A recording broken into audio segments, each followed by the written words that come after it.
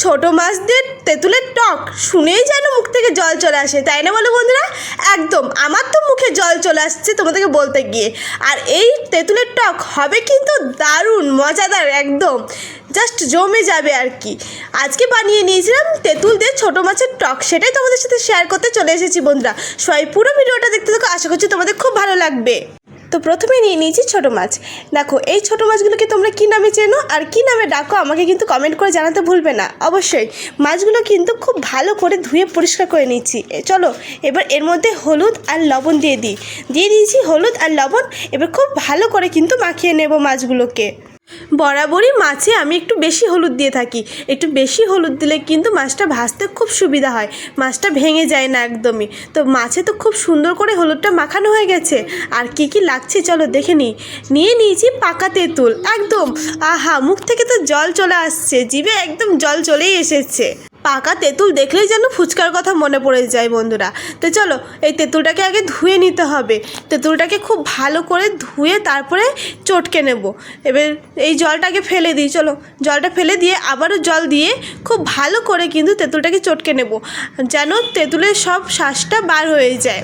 খুব সুন্দর করে চটকে নিচ্ছি। দেখো আমার তো মুখে সত্যিই জল চলে এসেছে বন্ধুরা।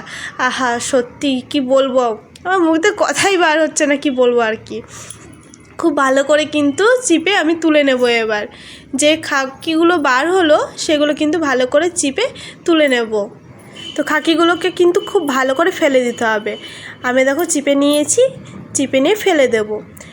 একটু যেন খাকি না থাকে সেটা কিন্তু দেখে নিতে হবে। আমি এইভাবে চিপে নিচ্ছি, তারপরেও কিন্তু খাকি থেকেই যায়।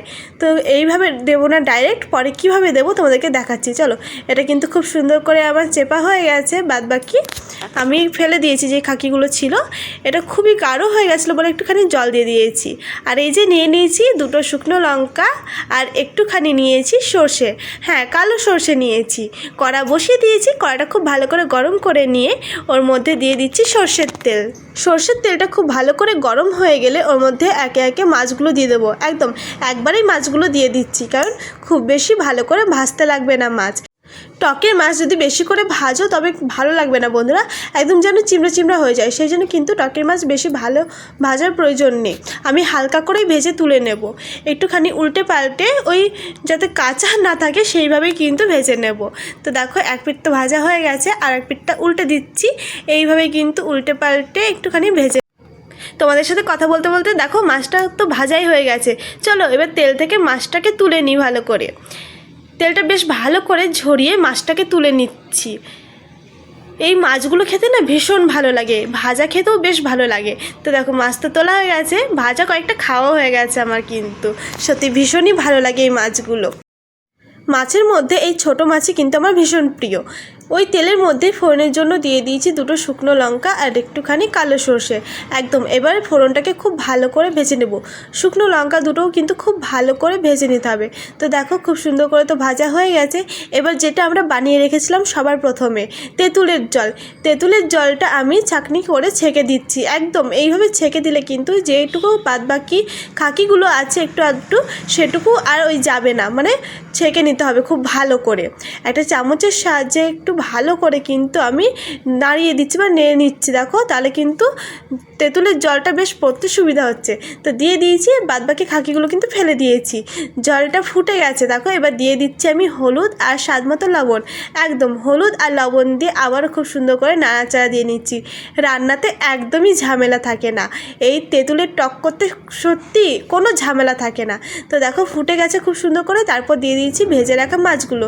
আর কি, ভেজে রাখা মাছ দিয়ে এবার খুব সুন্দর করে ফুটে নিলেই কিন্তু একদম কমপ্লিট হয়ে যাবে আমাদের ছোট মাছ দিয়ে তেঁতুলের টক। আর খেতে কিন্তু সত্যি অসাধারণ।